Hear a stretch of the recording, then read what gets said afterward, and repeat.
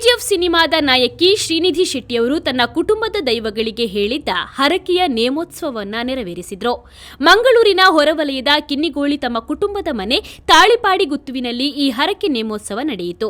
ಈ ಹಿಂದೆ ತನ್ನ ಇಷ್ಟಾರ್ಥ ಸಿದ್ಧಿಗಾಗಿ ಹರಕೆ ಹೊತ್ತಂತೆ ಕಿನ್ನಿಗೋಳಿ ಸಮೀಪ ತಾಳಿಪಾಡಿಗುತ್ತುವಿನಲ್ಲಿ ಜಾರಂದಾಯ ಮತ್ತು ಪರಿವಾರ ದೈವಗಳಿಗೆ ನೇಮೋತ್ಸವವನ್ನು ನಡೆಸಲಾಯಿತು.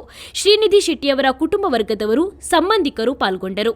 ತನ್ನ ಯಶಸ್ಸಿನ ಹಿಂದೆ ಕುಟುಂಬದ ದೈವಗಳ ಆಶೀರ್ವಾದ ಇದ್ದು ತನ್ನ ಇಷ್ಟಾರ್ಥ ಸಿದ್ಧಿಗಾಗಿ ಈ ಹರಕೆ ಹೇಳಿದ್ದು, ಅದರಂತೆ ಇದೀಗ ಹರಕೆಯನ್ನ ಶ್ರೀನಿಧಿ ಶೆಟ್ಟಿಯವರು ಸಲ್ಲಿಸಿದ್ದಾರೆ. ಮುಂದೆ ಇನ್ನಷ್ಟು ಎತ್ತರಕ್ಕೆ ಏರುತ್ತೀಯಾ ಎಂದು ದೈವಗಳು ಇದೇ ಸಂದರ್ಭ ಶ್ರೀನಿಧಿ ಶೆಟ್ಟಿಯವರಿಗೆ ಅಭಯವನ್ನ ನೀಡಿದೆ.